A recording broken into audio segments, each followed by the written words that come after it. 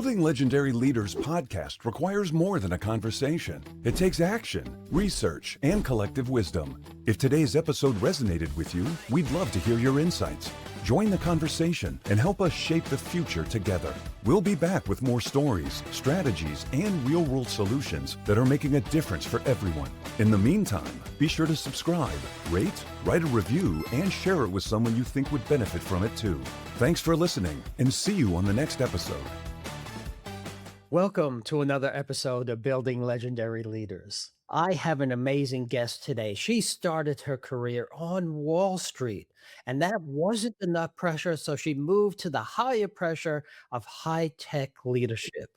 She spent nearly 2 decades leading global HR and people strategy across high-growth organizations, mergers, and cross-cultural teams, learning firsthand that leadership style that gets you promoted is often the exact one that stops scaling and stops your growth.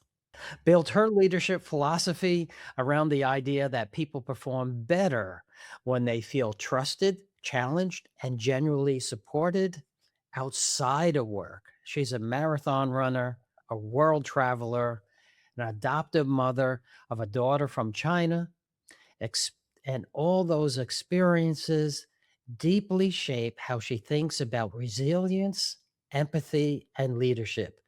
Today, she is shaping the future of global workforce culture as the senior executive of human resources at Technomile. Please join me in welcoming Laurie Riker. First, thank you so much for that nice, warm welcome. I've been looking for this conversation because leadership is so quickly evolving right now with AI and everything else we have in our world. And I think the human side of leadership, trust, accountability, compassion, clarity, matters even more right now. I can't agree more. I think leadership has changed a lot through our generations. It was much different, I think, when my dad was at work versus me versus the next generation. We talk about Gen X and Gen Y. Everybody has a different take. Every generation kind of puts their own flavor to it. And if we do old type leadership in new type of world, it doesn't seem to work. No, it doesn't. Honestly, when I look back at my career and my journey, first starting out on Wall Street and, wearing the blue suits and white shirts, that was kind of a mandatory dress code back then for women. And that exuded kind of that power and control. And then even then moving into the high tech world, I carried that with me. I carried that, getting things done. It was a very fast environment back then. The quicker you got it done, the better, the more accolades you got for, making your teams do it better, faster, and even, without even thinking about the impact on your teams and the impact on yourself for that matter. Well, talking about that today, we're going to be unpacking what happens when your leadership style that made you successful just stops working. Because at some point, these things that we're talking about, leadership stops being about that control, that speed, having all the answers, and starts becoming more on the human side, building that trust, building alignment, accountability across what's becoming more and more complex teams. So here's what we're going to do. We're going to talk about why many leaders struggle as they evolve and move to the next larger role and be more complex. What really takes to lead global cross-functional teams without creating a ton of bureaucracy and disconnection, which we see all the time. We're going to talk about why compassion, accountability are not opposites in the high performing organizations. how leaders create cultures where people feel supported, challenged, and willing to follow you through change. Now, if you stay to the end, Lori promised me she's going to share her personal playbook for building teams that trust you enough to follow you through any uncertainty and change. Lori, here's my first question for you. You've had quite an interesting journey. You started in Wall Street, not enough pressure there. So you decided to move to high tech, something that's growing and changing every day. And you're helping organizations navigate that leadership growth.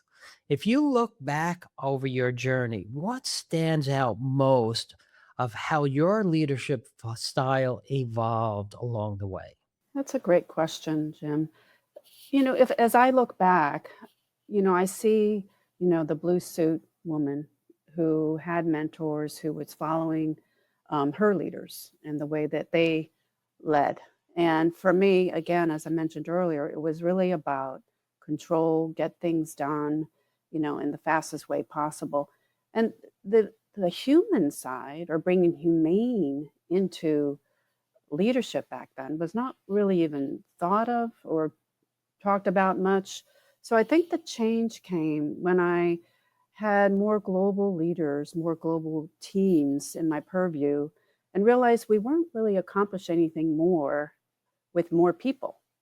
You know, our people were still tired. Our people were still feeling, underappreciated. There weren't a lot of excitement or engagement. So, and I also had a mentor at that time that actually showed me a mirror of how I was being as a leader.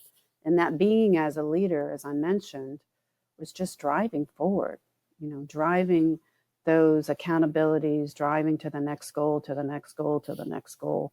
So that really stopped me to pause. And from there, my leadership journey became a lot different than we saw back then. And I think that's something that we can start unpacking now. I like how you say that it's changed. You had a great mentor. I often talk to leaders in coaching sessions when they move to a new role, and they always have some trouble evolving. There's a comfortability in holding on to what they used to have, but they complain, I need to make more time to do the things that in the new job, and they have that struggle moving back and forth. How do you see that happening in today's world now that we're trying to move even faster with AI, new technology, platforms? How does this affect your people that you see? We know the world is moving faster, but it doesn't mean we have to move faster to achieve more in a shorter amount of time or achieve more with less. What I really believe is if we slow it down, meaning our processes down, meaning if we can really enlist our teams in where we want to go and really enlist our teams and how do we want to get there and not have it all on us, the leaders, and really we all pretending that we all know the answers, right? I mean, we hire people because they can do what we can't do, or they can do more of what we can't do, or they can fill in the gaps that we don't have. You mentioned early in this conversation that building that trust starts with the initial conversation of this is where we want to go. Everybody agree? How do we get there? I like that that common goal, that common vision. Instead of telling people how to get there, right? I always said, "Come on, guys, help me. Tell me, how do you think we can get there?" It's a game changer, right? We don't want to look like we don't know in front of people. But I'm actually becoming more the opposite. I say, I don't know. What do you think? How do we get there? I don't have the answer, you know?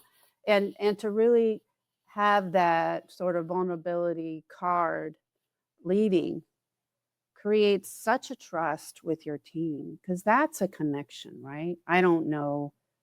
And they can feel you as a human being, as a human. And I have to I'm just astonished. This is not a hard thing to get, but it's groundbreaking that if we treat people and connect with people, how it transforms the teams and how it transforms what we do and how we get it done. It's amazing to me. I know that at one point in my career, I took a couple Dale Carnegie courses. I know Dale. Yeah, right. Now, there's a quote that he said, "People want to live in a world they help build." So just asking that question, how can we get there, brings them involved in it.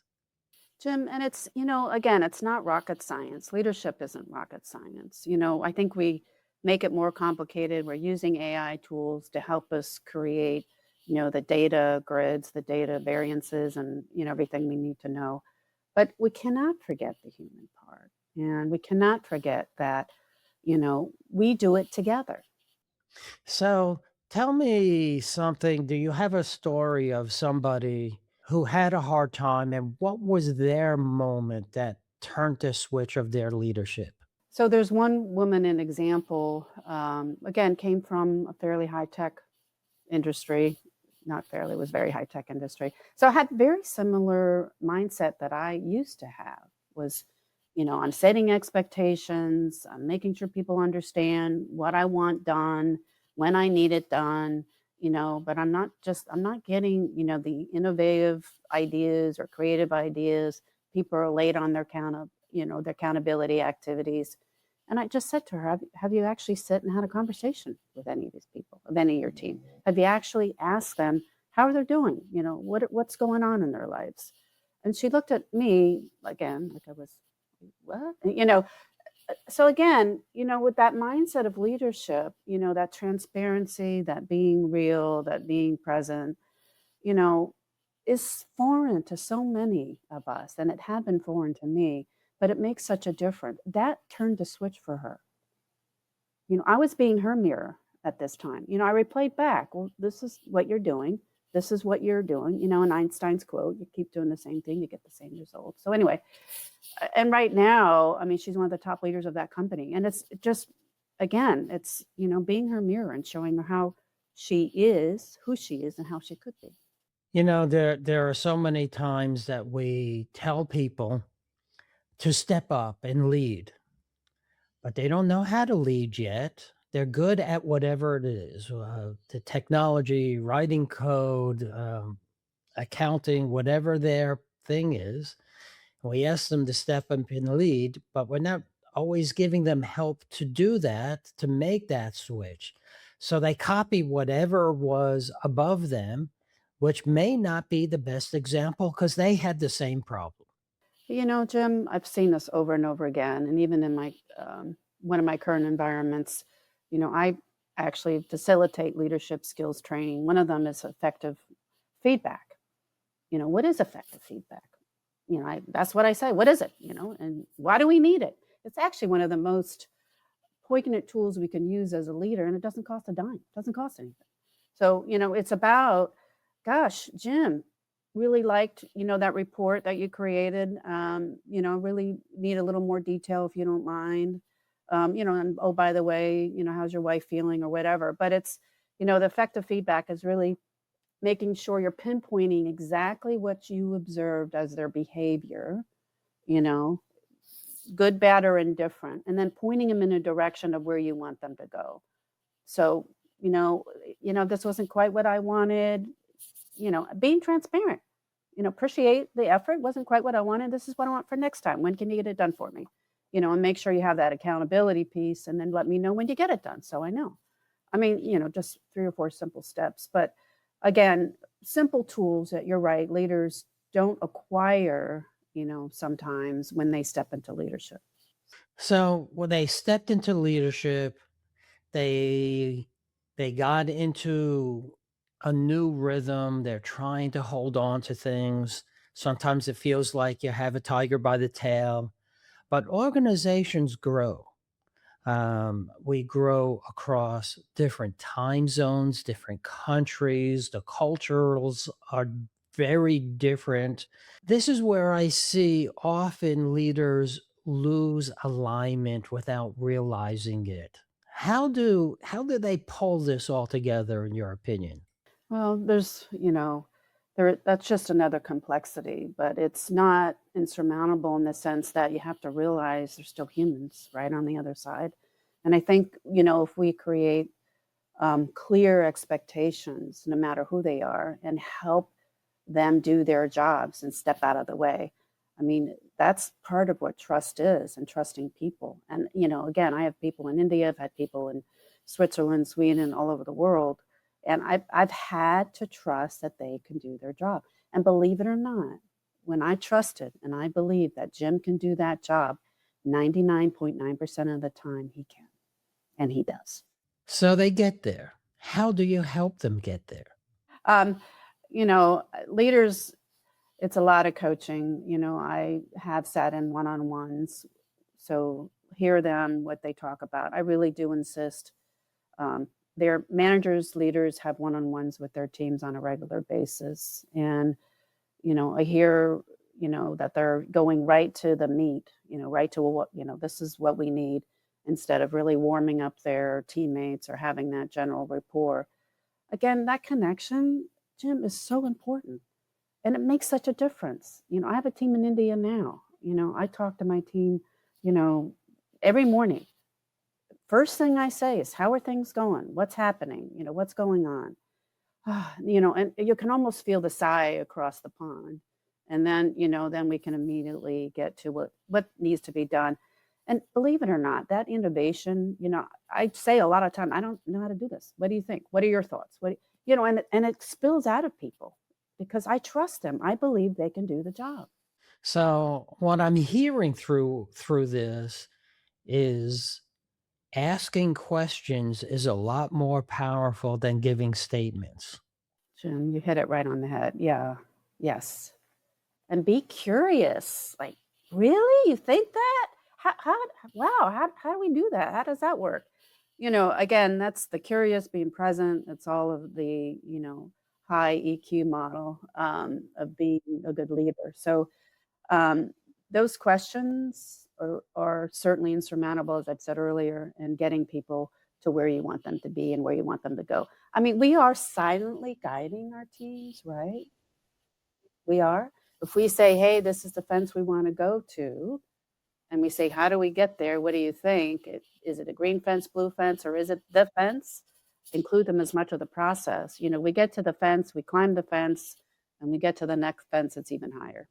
When I left a big software company and I started doing some consulting, helping organizations do big transformations in the way they do software development, we would walk in as consultants and say, "Ah, you are here. The industry benchmark is there. You need to do this and you need to do that."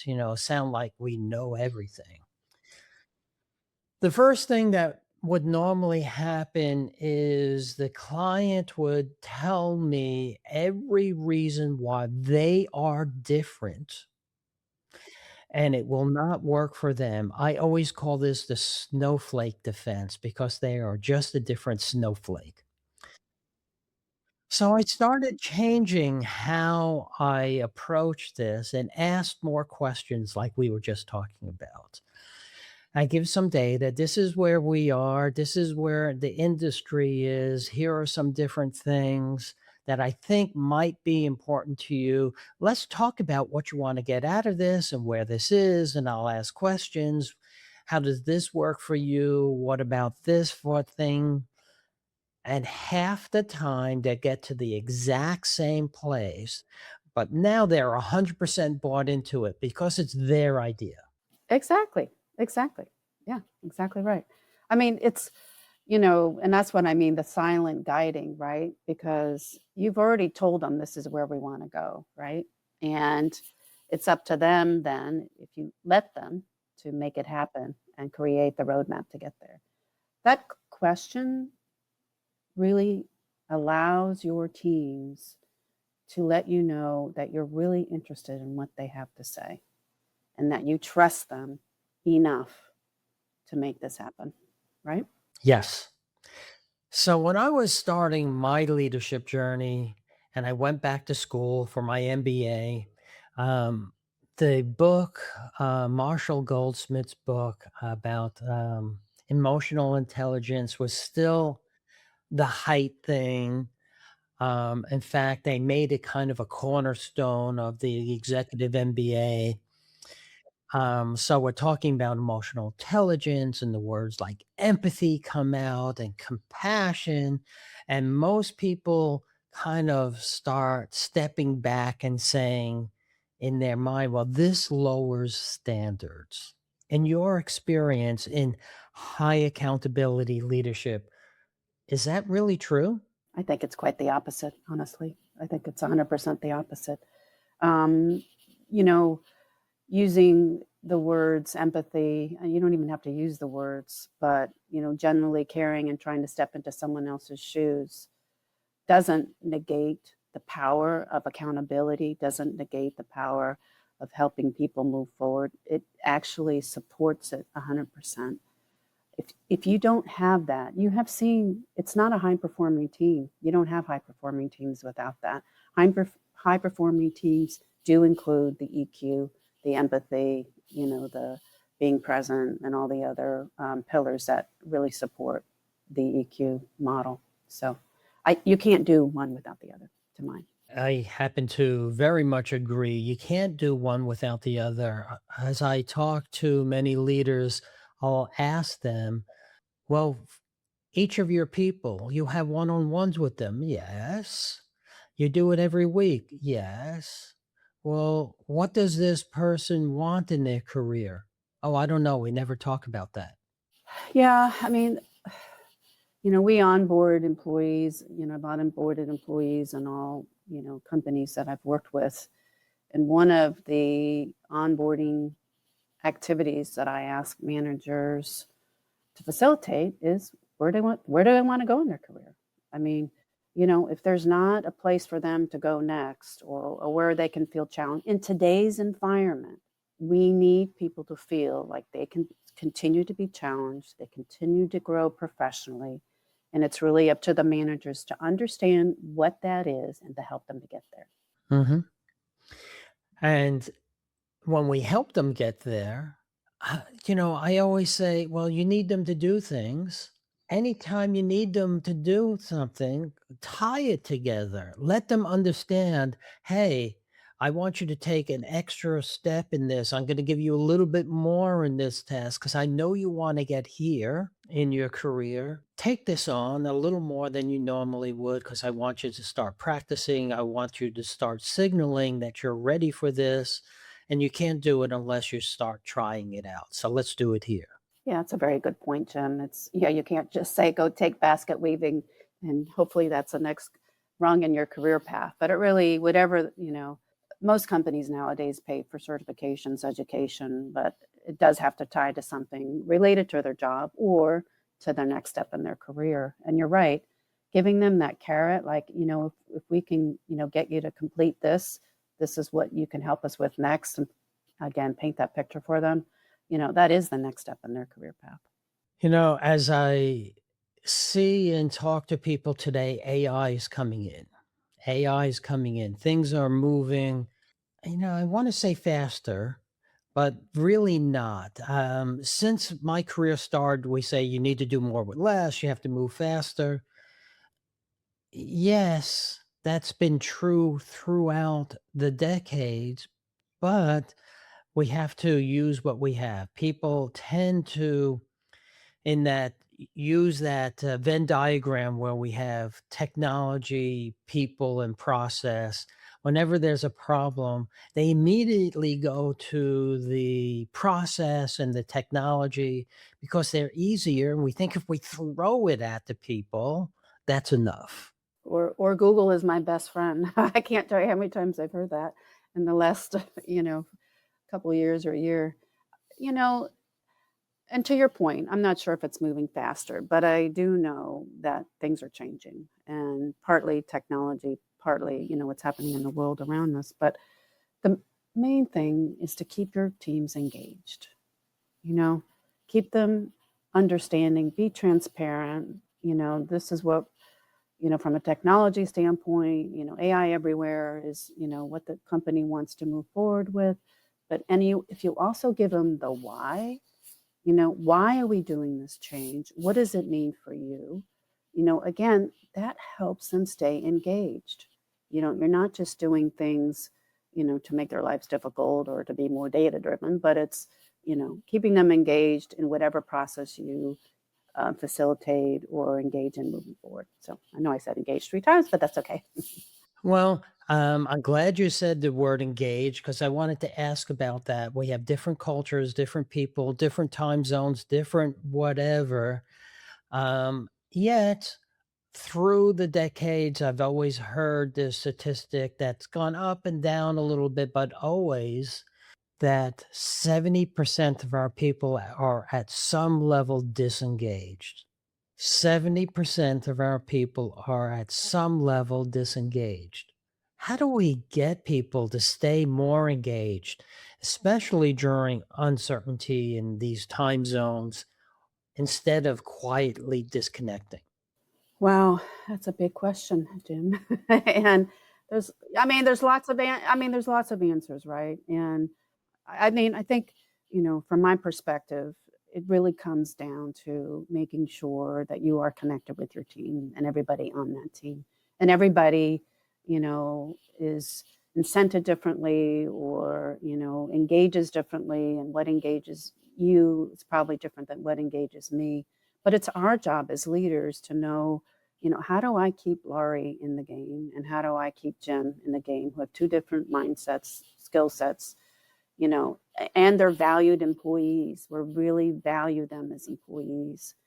And I think through those one-on-ones, it's through, engagement activities. It's not just the happy hours. It's something that really means something to the employees.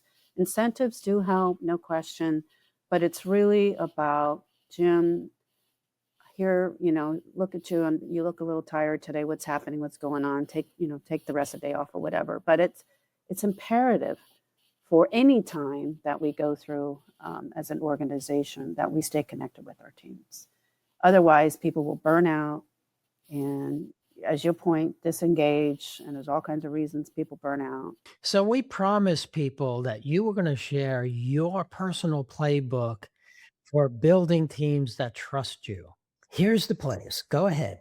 Thanks.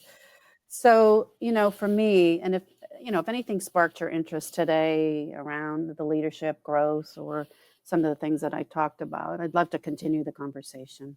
But I really do think it comes down, and the simple truth, it's really about clarity, being clear about your expectations and what your teams are doing and how are they moving forward. Compassion and courage. Create trust, communicate often, and then hold those high standards. I hold very high standards. And I always remember that people are human first. That's my playbook. Interesting. Human first, high standards, trust that they can do it. Well said. Yes, anchor that. So let's switch up gears a little bit, Laurie. Let's get to know who you really are. No! Tell me a little bit about where you grew up and what that was about. So I actually grew up on the East Coast. I'm the middle child of 5. No wonder you run marathons. You're trying to get away. I know. I had to get some recognition somehow, right? Um, but I was the silent one. I was very, very, very, very shy as a kid and shy up until my 20s. I actually became a beauty queen, homecoming queen. I then got interested a little bit in acting, did a couple things, and then got scared. And then in my early days on Wall Street, I actually was sent to a speaking class on public speaking, how to do that. And I just loved it. And I felt alive and me on stage, meaning facilitating presentations, whatever that is. So I've been doing some sort of presentation ever since, keynotes in Paris and, all kinds of leadership trainings and so on and so forth. And in addition to that, ran 7 marathons throughout the US. Last one was in San Francisco. Climbed mountains in Machu Picchu, certainly have done, was away, and I took a year off and ended up in Argentina and taught English to business folks. So I got certified in English before I left, needed some time to think about what was next for me. And then that's when I brought in my career into full HR, manager, director, CRO, CHRO. Also adopted a daughter along the way from China, which was a wonderful experience for me. Lost a sister along the way, who was my biggest cheerleader. That probably was one of the hardest things that I've gone through in my life, but also taught me what really compassion and empathy is all about, being able to step in her shoes and really feel what she was going through. So that's kind of started me on this compassion journey and really looking at my own leadership to make sure I'm bringing that in and that I'm really connecting with the human part of people. And I have to tell you, it's been the most rewarding part of my journey, is that making sure that I connect, people feel me and vice versa, and I see them shine and they know that I see them shine and want them to succeed. And here I am today, launching a What's Next podcast the next month or two, talking to wonderful folks like you, wonderful leaders like you, and being a mom. So I'm going to go back a little bit to the marathon. It connected with me a little bit. Um, I was mostly into cycling, did a lot of stuff with the Leukemia Society. I did a marathon with them, but my daughter got into running. So now we do a couple half marathons together a year. So it's interesting to go do it with her. Of course, we go travel and we do stuff. We find events that have challenges that you do the 5 day, the half marathon the next day, and stuff like that. And it was just an amazing way to connect with her. Do you do anything with your daughter? Oh, thanks for asking. Yes, my daughter and I play tennis. So I actually started playing tennis when I had a tennis racket in my hand, I think when I was 9 or 10 years old. Thankfully my parents supported that with, attending or being involved in country clubs. So that's something that we do together. And she does not like to be competitive. And she reminds me, Mom, so we go out and just have fun. And then we've also just started hitting golf balls together. And it's, I have to really be careful to temper my competitiveness with her. And she's really taught me that it's really okay just to enjoy something with her and just, that being with her. And I know it's made a difference for me, for sure. And I think it's, you know, certainly strengthened my muscles and be able just to be present and just be with her. Again, that human touch and feel is very important. Homework.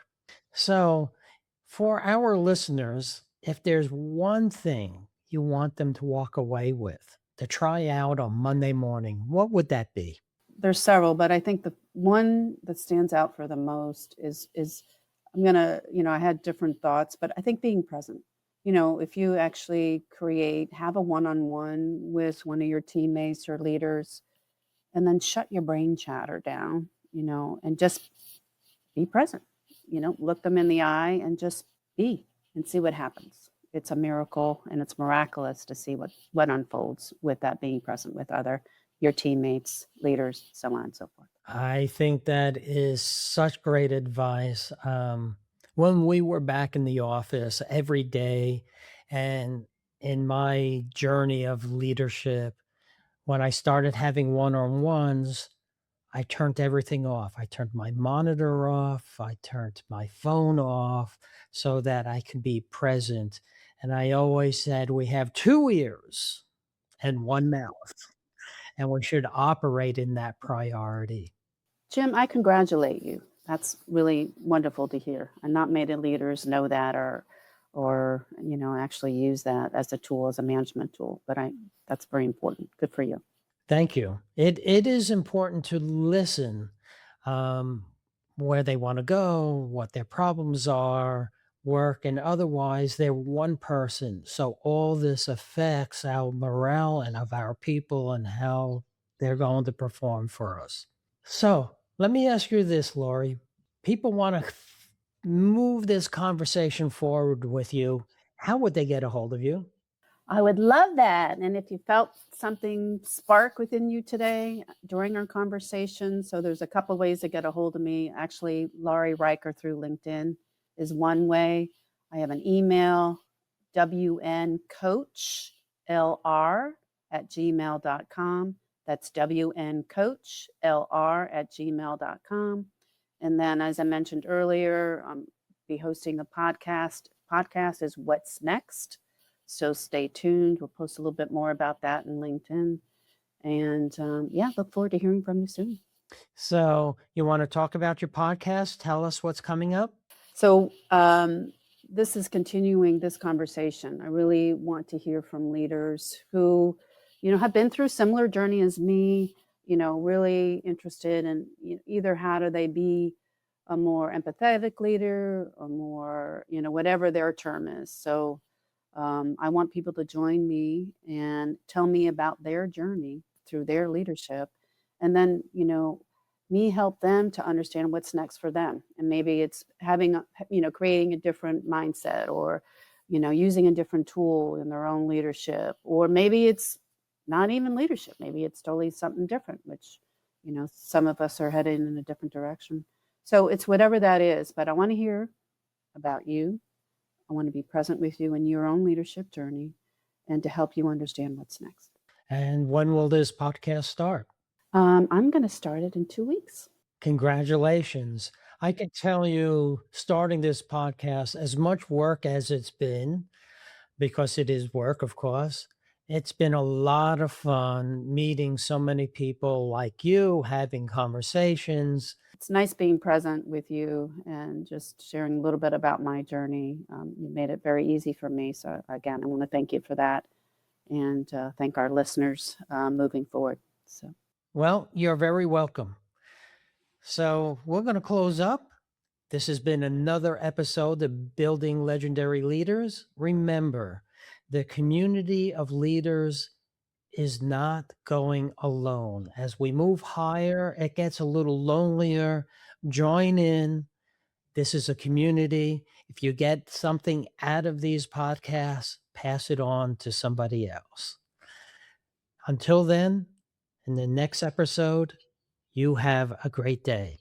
Take care. happy leading all. Bye-bye. Bye bye.